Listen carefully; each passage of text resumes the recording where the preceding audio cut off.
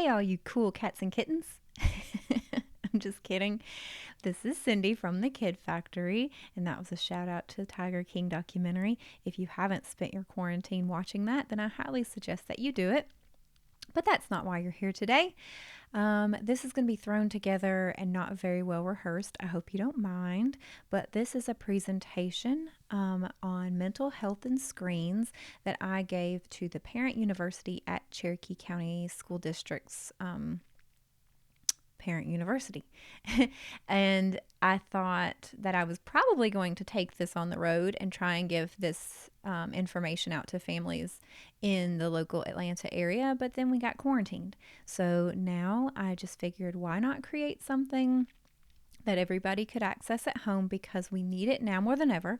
Our kids are on screens a whole lot more than we thought they would be. So I think for a lot of us, we're scrambling and trying to figure out what the boundaries should be and what the safety parameters are. And they're spending a lot more time on screens by themselves than we thought would be part of our parenting plan.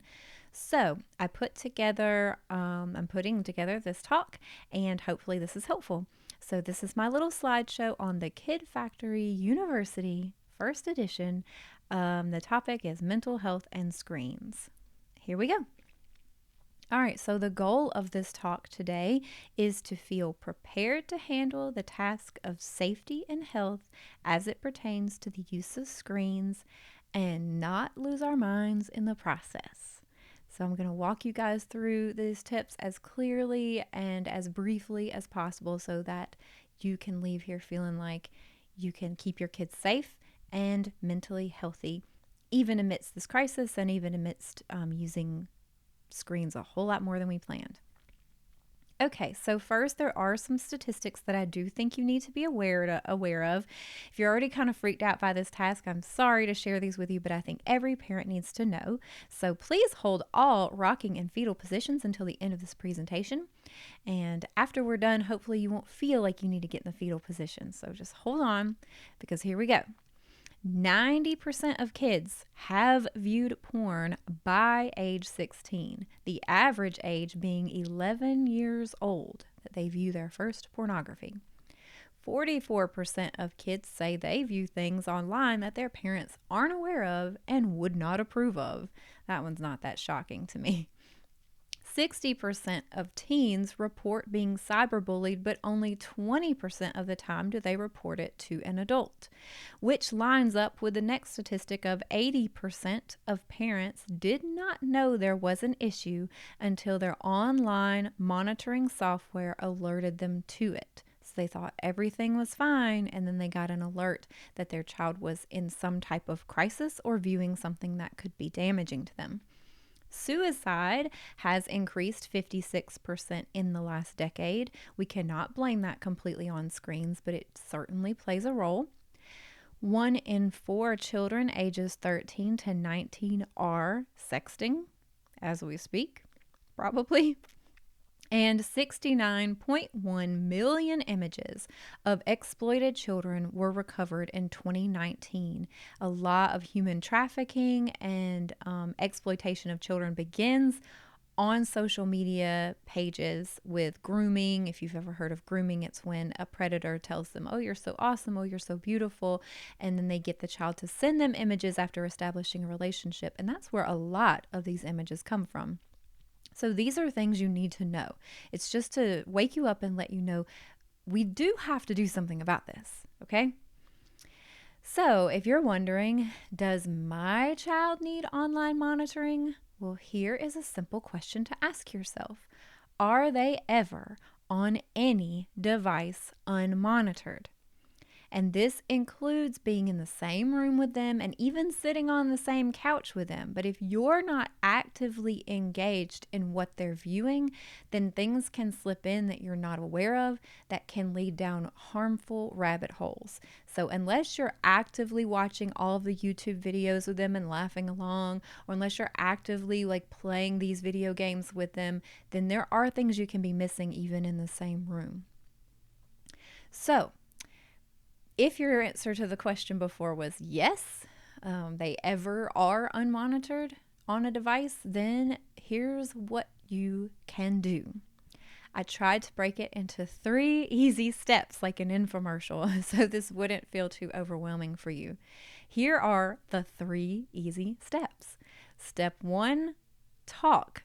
Step 2, monitor. Step 3, talk some more. So let's get into the detail of those 3 steps. Step 1 is talk. The best advice I have for this is to talk often, openly, and honestly. What I mean by talking often, it means talking about the dumb stuff that you don't really want to talk about.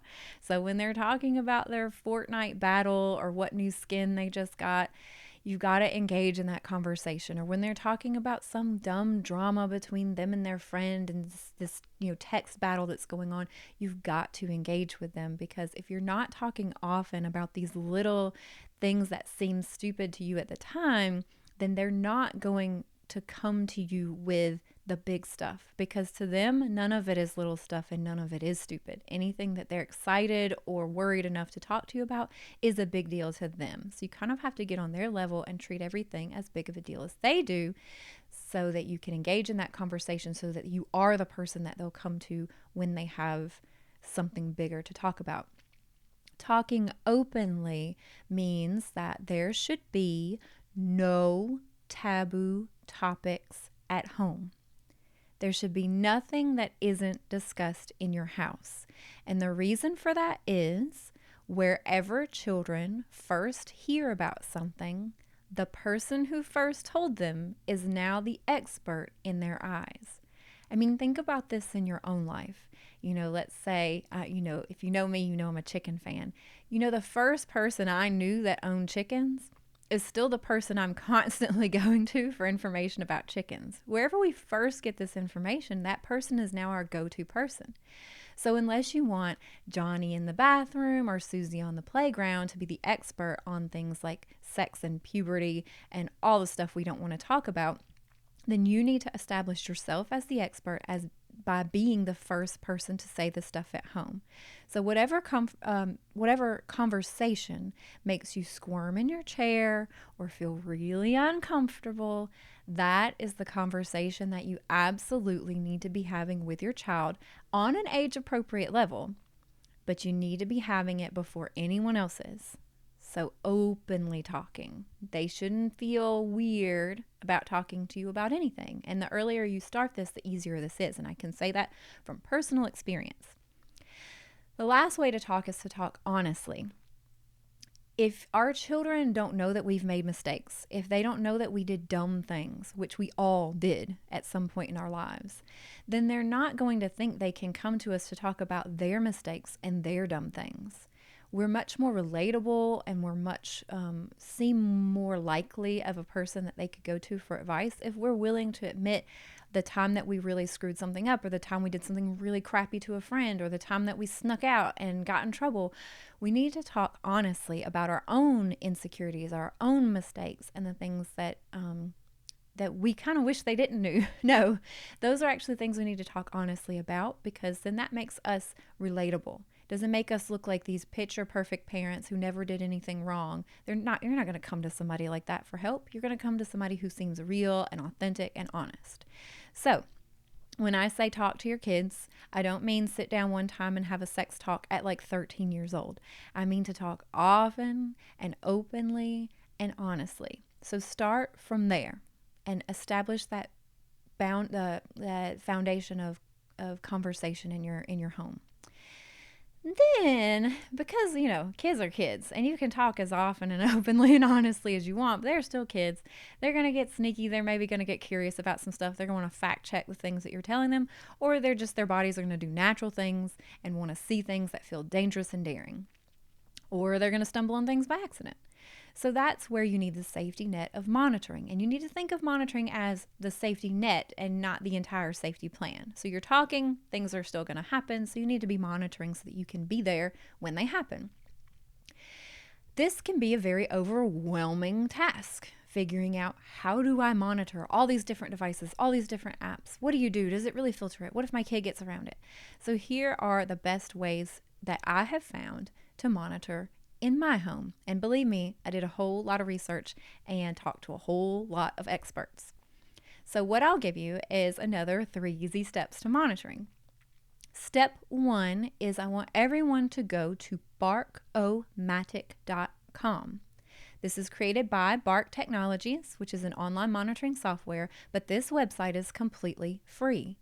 On this website, you can enter all of the devices that you use, all of the apps that you use. So if you have an Xbox and your child uses a Chromebook and they have an iPhone and they use Instagram on that iPhone, you can enter all of that onto the website, and it will create a little spreadsheet that tells you exactly how to monitor each one of your devices. And it's not just including Bark. It'll let you know, whether that device can be monitored or not, or what are some other services that you can use to monitor it.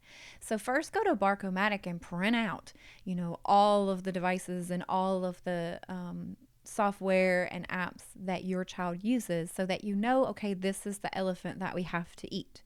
And then start eating it one bite at a time.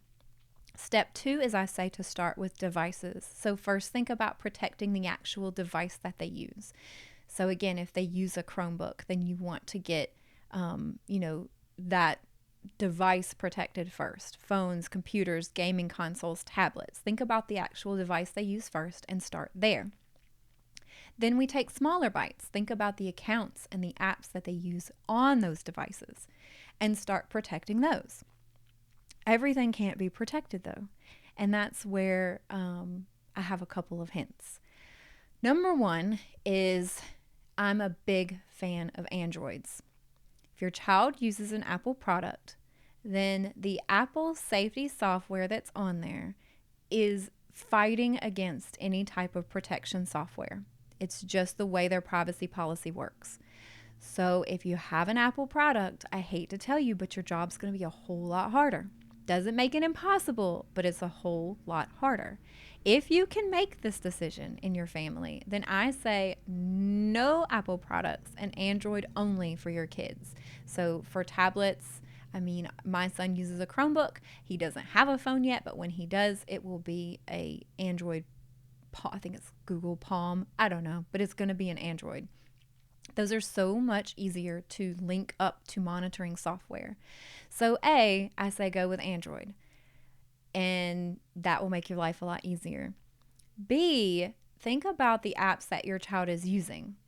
If it can't be monitored, which most of the apps that have any kind of disappearing messaging, so Snapchat, stories on Instagram, anything that has DMs, those are very difficult or don't allow any monitoring at all. So you're going to have to ask yourself, if you can't monitor it, should you have it?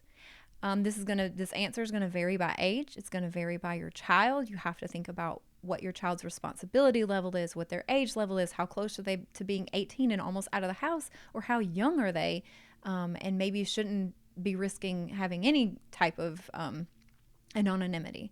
So make that decision personally, but just be aware that most apps that have any kind of disappearing or DM feature, which is direct messaging, probably isn't going to be able to be properly monitored.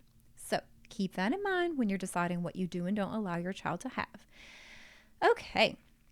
So those are the 3 easy steps to monitoring. I have a few other tips for monitoring. I really want people to understand types of monitoring. So there's monitoring the actual content, and keep in mind the word monitoring, not filtering or blocking, but monitoring. So if you're wanting to monitor content, to know if your child is looking at pornography, know if they're writing, any type of self-harm emails, or they're searching in a search, how to kill yourself. If they're getting cyberbullying texts, or if they're looking at really violent videos on YouTube. If you're wanting to be aware of the type of content that they're viewing, Bark is the way to go. Bark is an online safety software, and it will alert you. Especially if you have the Android, you can hook it up to Google Chrome, and it looks at their searches. It looks at their Google Drive. It looks at their emails.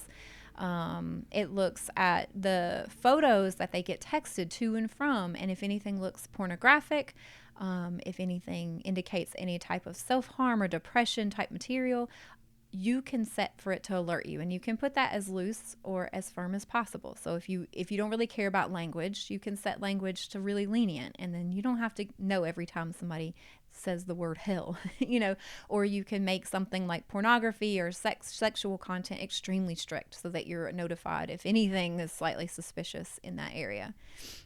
But that is going to be monitoring that content, not filtering or blocking it. So they're going to see that information, but you're going to be alerted that they've seen it. So it can trigger some conversations. Okay, so that's one type of monitoring, is the content. The next is monitoring them in real life. So if your child drives and you need to know that they are where they say they're going to be, or you're worried about whether they drive safely and you want them to be able to check in with you at where they're supposed to be, the best app that I've found for that is Life 360. If you're wanting to monitor screen time, which means the amount of time that they're on their screens, or whether or not you can turn on and off the Wi-Fi, for dinner time or bedtime, the best thing for that currently, if you have an Apple product, is Apple Family Sharing. Or starting April 6th, Bark is going to provide this service as well, which is a really big deal. They're going to increase their price as well. So but if you already have Bark prior to April 6th, you'll be grandfathered in. So that's one reason I'm rushing this content out, is because I want you to be able to get the most bang for your buck. So I say join Bark now, and you'll get this extra monitoring for free. So now they're going to be able to monitor your screen time, and you'll be able to edit how long they're on different devices. Okay, so then I want to touch on the difference between filtering versus monitoring. So monitoring is checking in to see if you see anything sketchy and then getting a notification if you do. Filtering is actually filtering the content or blocking certain content so your child doesn't see some of those concerning things in the first place. This is particularly handy for pornography, as you can imagine, but also violent images and other things. So if you're wanting to filter so that your child doesn't see those things in the first place, which is super helpful for the younger kids, then the best way to do that is to use Google Family Link. If you use Google Chrome or have a Gmail account. So Google Family Link will allow you to edit what your child is able to see and allow certain websites or not allow certain websites. But Bark is also coming soon with this feature. This is another thing they're going to be rolling out April 6th, is the ability to filter the content so that your child doesn't have access to everything. Right now they have access to everything through Bark, but they alert you if there's a concern. But with the new features through Bark, you'll actually be able to set some filtering settings. So another reason to join Bark before April 6th or after. I mean, it's worth, I think it's going to go up to like $14 a month. It's currently, with my coupon code, $7.20. It's worth every penny either way, but I'm just trying to help y'all out. Okay, so now we've talked and we monitored, and probably when we're monitoring we're going to see some things. We're going to learn that our child maybe is a little more curious than we thought. And then it's time to talk some more. Whenever Bark or whatever service you're using triggers something, you shouldn't use that as a time to get them in trouble, punish them, lecture them, tell them that they're so disgusting for wanting to look at that. It's a time to talk some more. It's a trigger to let you know, okay, this is something my child is curious about. This is something that we need to have more of a conversation about and reestablish that you are the expert on this topic. Because in the end, no software, no app, no program is set it and forget it.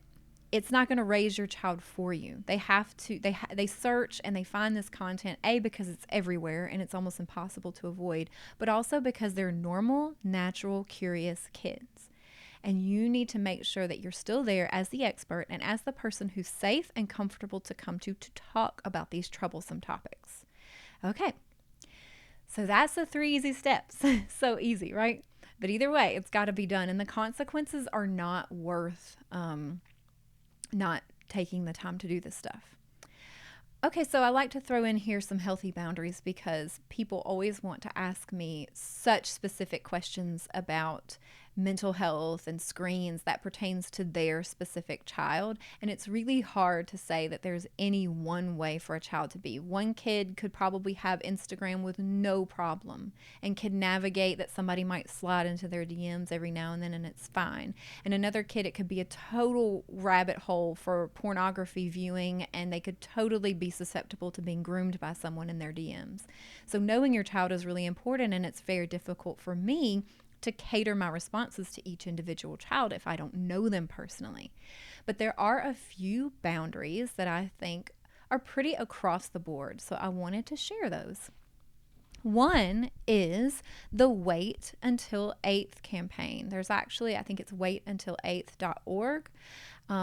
Pretty much every CEO in Silicon Valley is on board with this plan, but it's pretty much no smartphones until at least 8th grade. I think in general they just say age 14.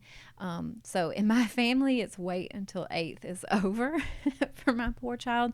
But either way, the wait until 8th, roughly 14 years of age, kids just don't have any type of frontal cortex development that is capable of handling what all exists on a smartphone. So we pretty much just say, just don't give them a smartphone before 8th grade, which sounds easy.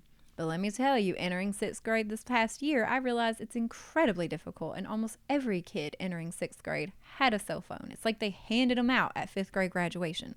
But try to hang in there, try to be the bad mom. I'm here, I'm on your side. Wait until 8th or 14 years old.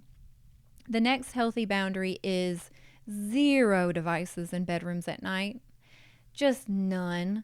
It's just like your mom used to say, nothing good happens after 10 p.m. or whatever. It's the same on screens. Nothing good is happening at night on phones. It's incredibly disruptive to kids' sleep patterns. There's so many problems and links to having screens at night to mental health, just from a sleep aspect, the nonstop 24/7 content viewing. There has to be a break from these screens for these kids, and it makes the most sense at night. And when I say 0 devices in bedrooms at night, don't trust your kids to hold to this. I mean, I hate to say this, but if you have them just like pop them out, out into their hallway at night and close their door, let me tell you something. At 1 a.m., they're waiting for you to go to sleep, and they're just going to go sneak it right back into their room. You need to take the devices into your bedroom, or there's a wonderful product called the InCharge box, and it has chargers inside a lock box, and just put those in. Have it be a regular routine to put those in at night. You can charge them at night and they're gone. No risk of any kind of sneaking them out. The third boundary is to keep in mind that you're going to have to reduce this monitoring by age 18. So, in other words, it's very tempting to put our kids on lockdown, not let them have any devices, track their GPS everywhere they go up until the moment they leave the house. But this is the real world. The real world is a smartphone device, and it's having access to all sorts of content, and they will have to navigate that at some point. So while I am all about internet safety and monitoring, you have to think about it like teaching them to ride a bicycle. You got to heavily monitor in the beginning, and then you've got to help them somewhere in the middle. But then by the time they're 18, they need to be able to navigate this on their own. So keep that in mind when you set boundaries in your home, about how these boundaries are going to change over time, and how by the time they're 18, they are able to navigate this by themselves as adults. Okay, so how do I know when they need help? A lot of parents wonder this, because they have access to so many things that are toxic to mental health on their screens.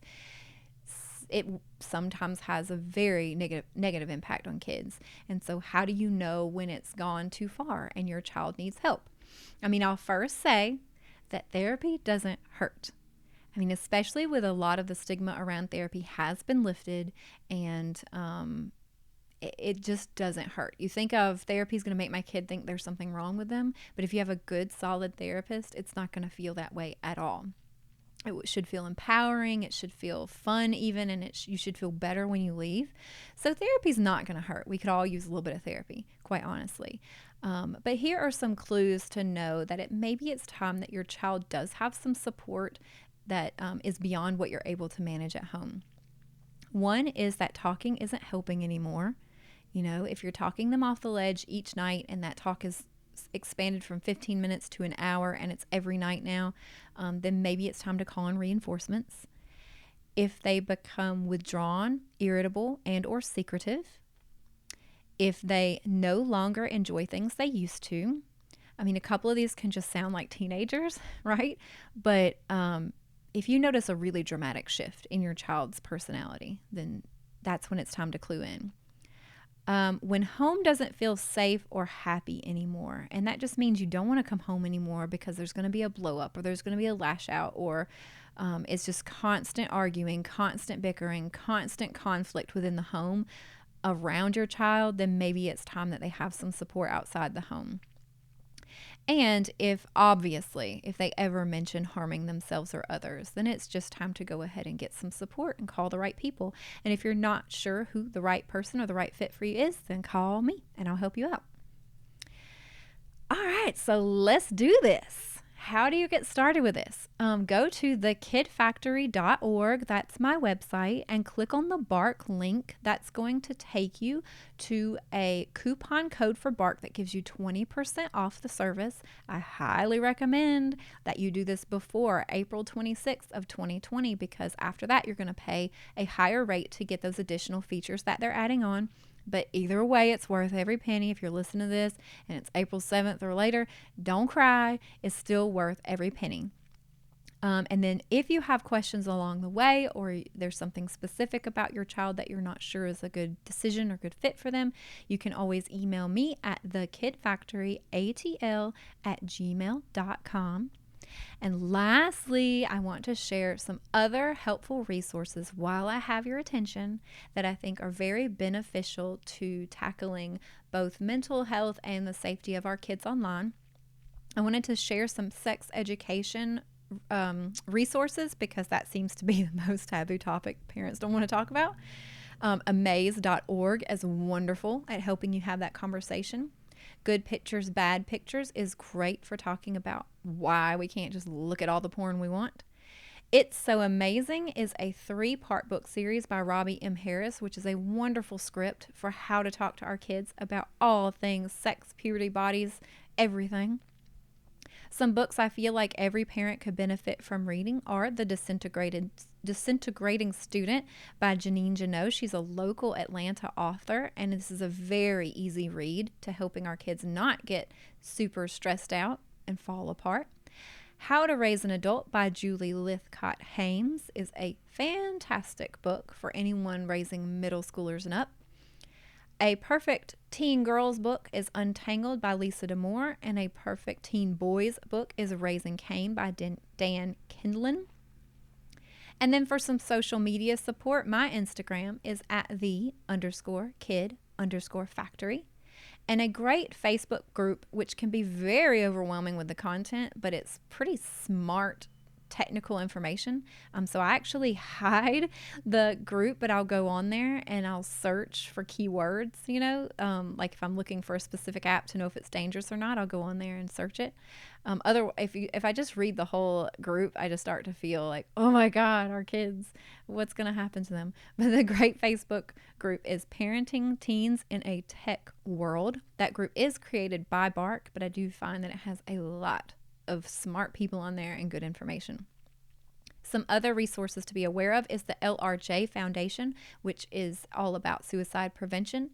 My podcast is a good one to listen to because every week I feature different resources on kids and mental health, and that is the Go Get Mom podcast. Everyschool.org is a wonderful screen time, sort of like the food pyramid for screens that is meant to be implemented in schools, and I think it's wonderful. Look them up and share them with your school and get them to join. And the In Charge box I mentioned before is the box where you can lock away your devices at night and charge them at the same time. Those are some wonderful, helpful resources. I hope this tutorial was not too overwhelming. If you have any questions, just reach out to me, Cindy Robinson at The Kid Factory. Thanks so much and have a good day and survive and stay healthy. Bye.